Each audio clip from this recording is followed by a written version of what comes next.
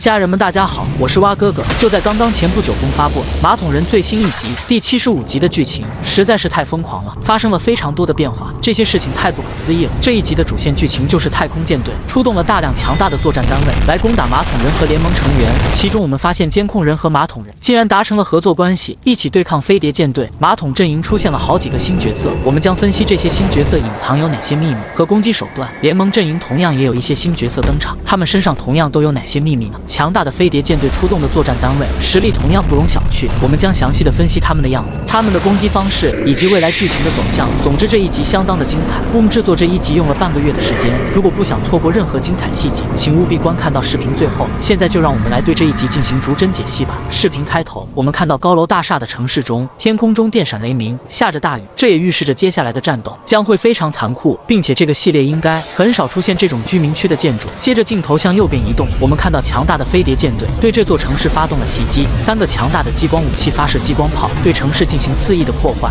引发了剧烈的爆炸。我们看到它的体型非常巨大，头上戴着宇航员的头盔，头后面还有一个圆状物，胸部中间也拥有一个核心反应堆。之前在预告图中我们就看到了类似的角色，只不过当时他没有戴头盔，后面也有一个圆状物。这个样子的飞碟角色非常强大，绝对是飞碟舰队里面的主力作战单位，相当于联盟的精英干部成员，但是要比联盟的精英干部更加强大，并且我们在远处看到了一个类似于人类的身影。联盟的监控人战斗机在和他进行对决，对比来看就如同玩具一样，战斗的效果肯定也不会太好。这些战斗机对着飞碟的脸部发射火箭弹，被能量护盾给抵挡住了。这个能量盾在之前的剧情中出现过，当时太空主宰者突然出现，给我们展示了一下他的防御和攻击手段，最后把 S 飞碟给救走了。我推测太空舰队这些精英作战单位都配备了能量盾牌，要比联盟泰坦和 G-Man 的能量盾牌更加高级。并且我们也注意到，天上的监控人运输机在撤退，根本就不是太空舰队的对手，敌人的实力太过强大，赶快撤退，保存有生力量是最为明智的选择。通过监控人战斗机的掩护，让运输机承载着联盟的成员进行撤退，最终能不能跑掉呢？这还是一个问题。接着我们看到大量飞碟战斗机升空后去追击撤退的监控人运输机了，所以这个家伙我们可以称为航母战舰。它的体型巨大，不仅可以自己作战，还承载了很多小型飞碟战斗机，就如同航空母舰一样。这些飞碟战斗机的移动速度非常快，火力也相当猛。撤退的监控人运输机全部被命中坠毁，运输机里面乘坐的联盟成员生存下来的几率几乎为0，这对联盟来说是一次重大打击。其实从第74集的剧情我们就可以得出一个结论，太空舰队的实力非常强大，当联盟被偷袭的时候没有任何反抗的能力。举个例子，如果太空舰队是热武器时代，联盟就如同原始人一样，实力差距相当大，这就是一次降维打击，高等文明入侵地球抵抗外星人的战争。不过大家也不要过度悲观，虽然现在对联盟来说局势非常的惨烈，但未来的时局可能会有所扭转，因为在之前的剧情中 Boom 早就埋下了伏笔。在第24季的秘密场景中，电视人科学家就把 S 飞碟的部件拿回去进行研究。在第74集中，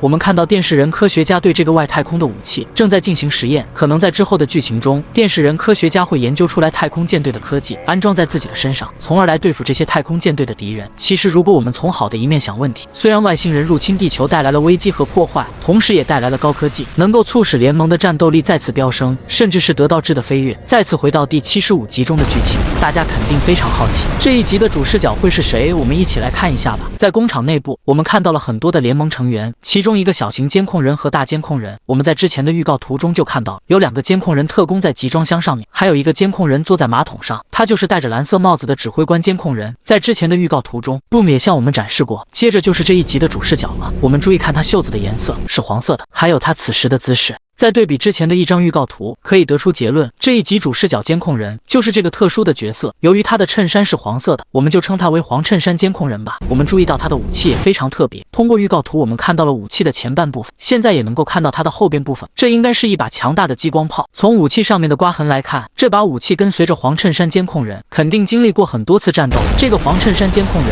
是一个战斗经历丰富的强大角色，也是接下来剧情里一个重要精英干部，重要程度不亚于电视老爹。这里还有一个小细节，我们注意看外面的战况，狂风暴雨，电闪雷鸣，一个椅子在随风飘荡。当时预告图的这把椅子，我们做出了很多种猜测，没想到它只是一把普通的椅子而已。如果Boom看到了我们的剧情分析，不知道会不会笑掉大牙呢？当然也有一种可能，椅子上坐着一个人，只不过是隐身状态，毕竟神秘人的势力是会隐身的。现在的联盟就如同狂风暴雨中的椅子，泰坦舰队就如同那狂风暴雨，联盟的情况非常不乐观。接着把镜头放大后，看到了大量的变种马桶出现在马路上，有火箭马桶、蜘蛛马桶、突变马桶、飞行马桶。这一支队伍的战斗力，如果放在以前还是很强大的。然而下一秒，天空中飞来了2个太空飞碟，我们就称为飞碟1号和飞碟2号吧。注意看他们的表情，刚开始还非常严肃，当看到地上的马桶单位后，2个人对视了一下，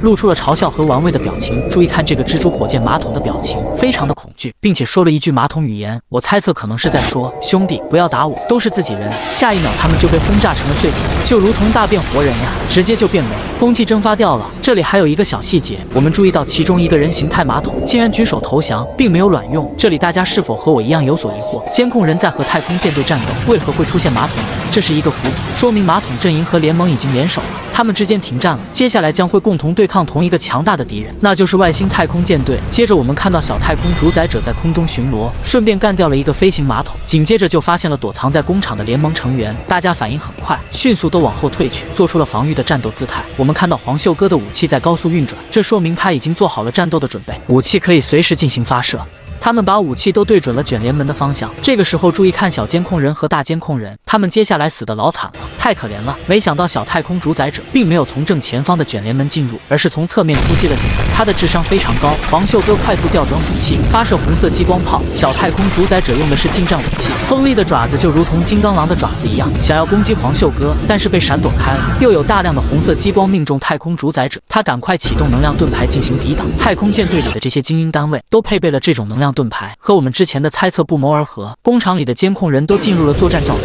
用激光武器对小太空主宰者进行射击。注意看小太空主宰者是如何反击的，举着盾牌直接冲撞了过去，没有任何的技巧可言，就是用蛮力。集装箱和这些监控人全部被撞飞，引发了剧烈的爆炸。这个监控人反应很快，躲过了一劫。大监控人手里举着火箭筒，腰间还有一个火箭头，他赶快抓紧时间安装上火箭头。紧接着小太空主宰者调转枪头，开始攻击其他的监控人。他头部武器发射的黄色激光威力大到离谱。黄秀哥再次用激光炮进行射击，但是有强大的能量盾牌，根本无法击破防线。小太空主宰者还是老套路，举着盾牌冲击向大监控人。小监控人在冲击的过程中已经身首异处，大监控人也被抓在手上，接着就摧毁了他的监控头部。当时预告图的这一对换兄换弟在第75集都牺牲掉了，死的也太惨了。在整个系列剧情中，大监控人角色就是一个悲情人物，这种角色已经牺牲过很多次了，绝对是可歌可泣的英雄角色。在第75集中，大监控人再次牺牲掉了，让我们来为他祈祷一下吧。黄秀哥目前就只能拿激光炮进行攻击，又被能量盾牌给挡住了。从太空主宰者的攻击方式，我们可以看出来，他是先清理掉杂兵，从最简单容易的开始对付，再到最后干掉黄秀哥。他的这种作战方式是非常聪明的。小太空主宰者是拥有非常高的智商，敌人实力强大其实并不可怕，我们可以用脑子用策略来对付他。关键是敌人的智商还很高，这就有点难对付了。用我们的话来说，不怕流氓会武功，就怕流氓有文化。当工厂里面所有的监控人都解决完以后，小太空主宰者开始对付黄秀哥。2发粗壮的激光炮瞬间命中了黄秀哥。我们注意看他的武器，大量的激光是瞬间喷射出来，而联盟的激光武器是单体发射的，威力不言而喻。黄秀哥直接就被打麻木，屏幕的信号都不稳定，出现了短暂的休克。小太空主宰者正在一步步逼近他，我们可以很清楚的看到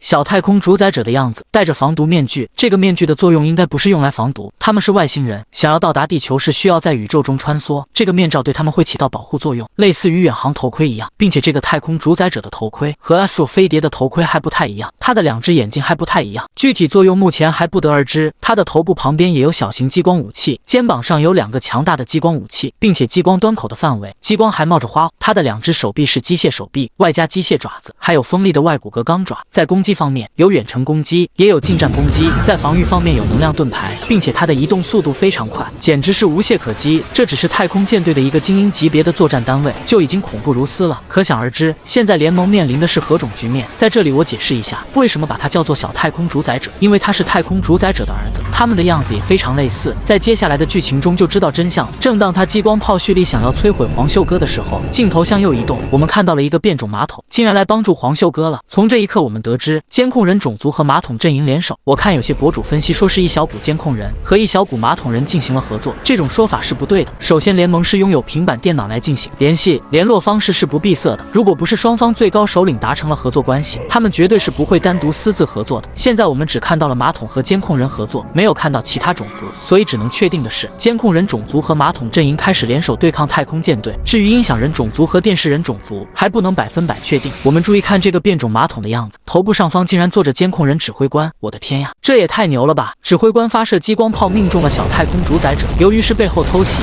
这一下的威力相当大。紧接着又有黄色的激光命中了他，一个激光炮变种马桶从左侧也攻打了过来。这激光炮的炮口非常的宽大，虽然这个变种马桶样子看起来不咋地，但发射的激光炮非常的粗大，威力相当惊人。左右夹击下的这波操作，小太空主宰者受到了一点小的伤害，激光炮马桶接下来就被摧毁，我们听到了他的大叫声，然后就变成了碎片。这伤害只能用变态2个字形容了。接着又有一个戴着黑色面罩的匪徒马桶直接趴在了小太空主宰者的身体上，注意看他身上绑着好几个硫酸桶。当接近他以后，马上引发了爆炸。这个匪徒马桶太勇敢，为了对付小太空主宰者这个强大的敌人，把生死置之事外，非常敬佩他的这种行为。这波攻击让太空主宰者非常受伤，这些熔酸给他带来了巨大伤害。他开始进行反击，对指挥官方向发射激光炮，这威力相当恐怖。然后我们从侧面看一下太空主宰者的样子，肩膀上的一个激光武器被摧毁，身体和设备已经破碎相当严重。黄袖哥拿出厕纸手雷扔向了他，在他的身体里引发爆炸，另一个激光武器也被摧毁。在变种马桶和精英干部的配合下，终于能够进行反抗了，并且取得了相当不错的效果。受伤的小太空主宰者开始攻击黄袖哥，导致黄袖哥接收信号都不稳定，屏幕的画面开始闪烁。就在这非常危险的关键时刻，突变马桶从天而降，落在了太空主宰者的脑袋上，并且他拥有外骨骼蜘蛛战衣，利用锋利的蜘蛛腿攻击他的头部，却并没有破坏掉他的头盔。这头盔的材质根本就不是地球的产物，防御力太强大了。突变马桶被抓住后丢在地上，黄袖哥也发射蓝色激光进行反击，倒在地上的突变马桶发射激光炮，这威力非常强大，却依旧没有突破他的防线。背后又出现了一个突变蜘蛛马桶，指挥官也坐在上面，开始对小太空主宰者的头部进行攻击，火花四溅，很明显能够感觉到太空主宰者已经快支撑不住了，到了崩溃的边缘。紧接着内部发生了爆炸，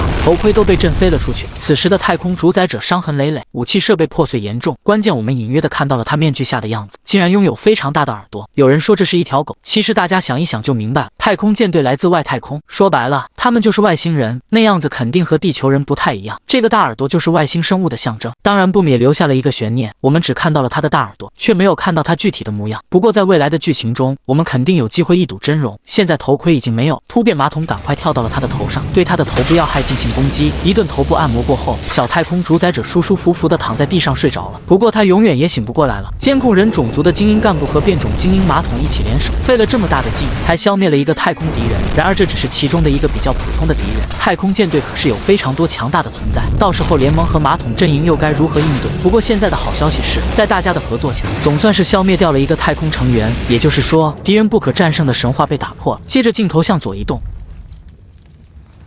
我们看到戴着蓝色帽子抽着雪茄的指挥官，他总是在抽雪茄，他是有多爱抽雪茄呀？他旁边还有一个马桶人，这是他的座驾，非常的拉风。这个马桶座驾同样也拥有非常多攻击手段，手臂是电锯，还有锋利的机械蜘蛛腿，头部上方还有2个强大的武器。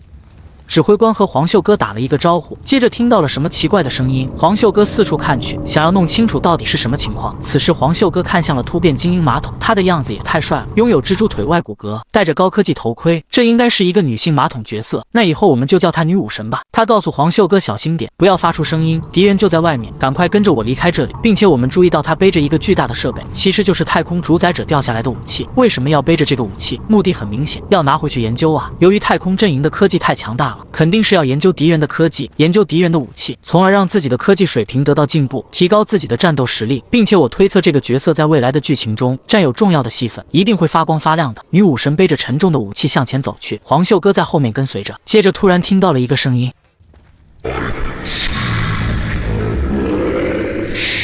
，I can see you through walls， 我可以透过墙壁看到你们。接着就看到了太空主宰者登场了，又来了一个重量级的敌人。之前干掉的那个小太空主宰者已经很难对付，又来了一个更厉害的角色，并且他的红色眼睛可以穿透墙壁，拥有透视功能。不带这么玩的呀，你这妥妥的透视眼了。他捡起了小太空主宰者，表情非常的悲伤。What my baby， 刚才被干掉的竟然是他的孩子，这下完蛋了，彻底惹毛他了。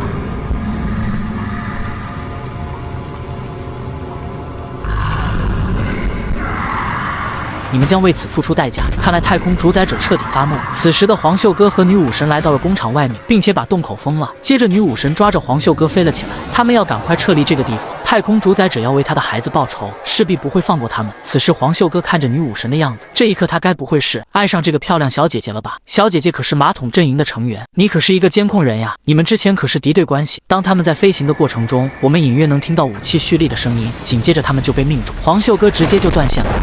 屏幕信号中断后，我们看到的就是黑屏，因为我们通过黄秀哥的视角来观看这一切的。现在他信号中断了，所以我们看到的画面也变成了黑屏。不过很快他们就得救了，被压在石头下面的黄秀哥大难不死，必有后福。指挥官和马桶坐骑把他从石头里救了出来。我们看一下这个马桶坐骑的表情，我突然知道为什么指挥官会和马桶坐骑走到一起了，原来他们都拥有相同的爱好，喜欢抽雪茄呀。可能指挥官对马桶坐骑说：“兄弟，我们2个人进行合作吧，以后我就坐在你身上，我们一起征战沙场。”然而马桶坐骑刚开始不同意，于是指挥官就拿出了雪茄，兄弟，要不要尝一尝？最后他们就达成了合作关系。我这个猜测是不是很有趣？刚才被太空主宰者命中后，女武神也受伤了，漂亮的脸蛋还有血迹。黄秀哥竖起大拇指对他进行感谢，总感觉他们2个以后会发生点啥关系。视频到此结束，如果喜欢这期视频，记得点赞和订阅我们的频道，这对我来说真的非常重要。我之所以把这句话放在视频最后，也是担心在开头还没给大家带来精彩的视频，就让大家订阅和点赞，会引起大家的反感。无论如何，我都抱着一颗感恩的心，感谢大家的观看和支持，让我们期待下集的到来。